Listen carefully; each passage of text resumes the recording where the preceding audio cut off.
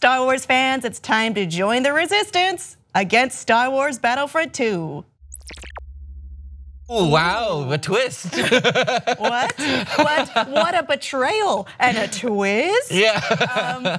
So yeah, if you are on the internet and you are aware of Star Wars Battlefront 2 launching November 17th, you know there's a huge controversy around it. This is the first Star Wars story game we've had since the Kinect was viable. And now we have something else that's coming along with it, a new trend in gaming, if it were, not Kinects or motion detection, but this time microtransactions, loot boxes. Yeah, loot boxes, same thing. In which you would have to pay small amounts of money in order to push forward the game. Sometimes in games it's acceptable, it's for cosmetic reasons, but in Battlefront 2 and a few other games as well, it's kind of necessary because as it was found recently, it may take about 40 hours of gameplay to unlock heroes such as Luke Skywalker and Darth Vader. Which is crazy, because that's the whole reason that you play Battlefront, is to run around as like Leia or Luke Skywalker and like mess some shit up. Leia and Chewie are a little less expensive, but they still take a long time as well.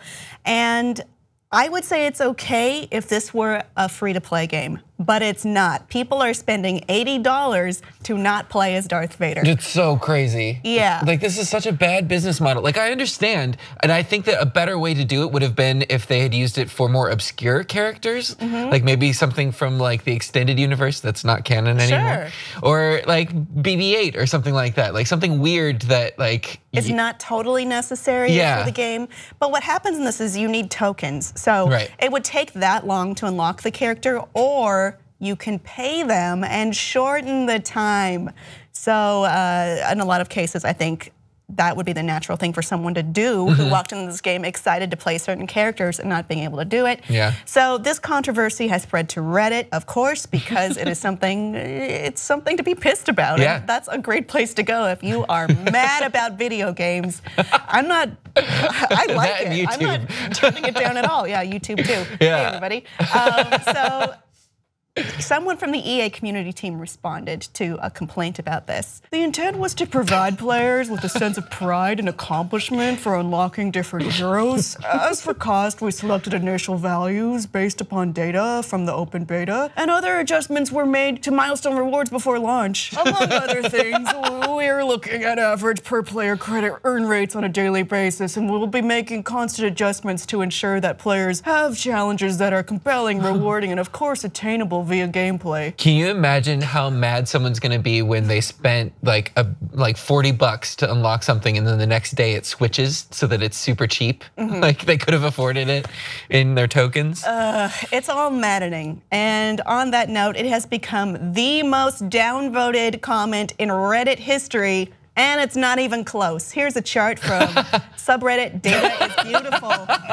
It's not even close. No, there has to be some sort of bot at work here. Like it can't. I'm sure it is. It's not just because it's some getting human rigged thousands that of up. downvotes an hour. That's crazy. But it's still pretty significant. I mean, even if you cut it in half or a third, it'd still be a lot. Oh boy. Yeah. So I mean, this sucks. EA has been, in the past, the most hated company in the country. Oh, did I just say something about corporate politics? Anyway, well, it's just people are hating EA again because this is close to what they've done with other franchises. Star Wars is a very beloved franchise. I don't need to say it. You all know it. You all love it, probably.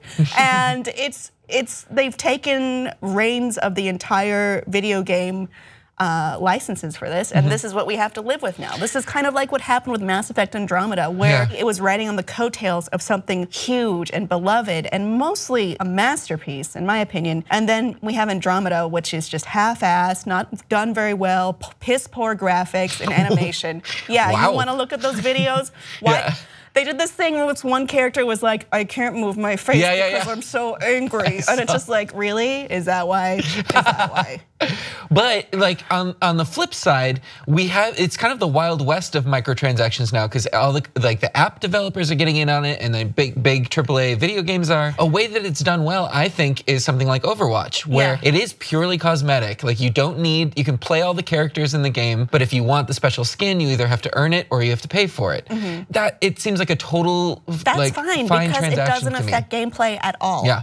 And also, I mean, what we're also looking at when you say mobile, usually mobile games are free to play. Yeah, exactly. And you this don't is a pay AAA 80 bucks. title. So there is that demarcation there, and it's becoming a trend. I mean, it started little and it's getting bigger, and it has people longing for the days where you had to work to unlock something, or you had to do a couple playthroughs, and it was just. But it was built into the game, and like that was part of it. And that leads you to love it more and have more fun with it.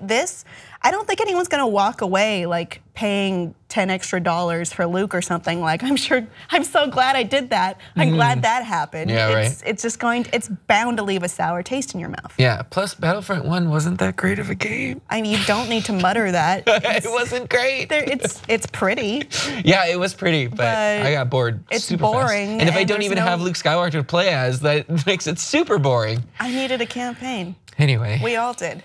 And we have one now, but I'm probably not gonna get it. This is also, I hate to beat a dead horse, another reason why you don't pre-order games. Because you may be trapped into a situation that's not fair and not consumer friendly. I really feel bad for the developers who crunched on this game and had nothing to do with this microtransaction BS and are having their work not enjoyed as much.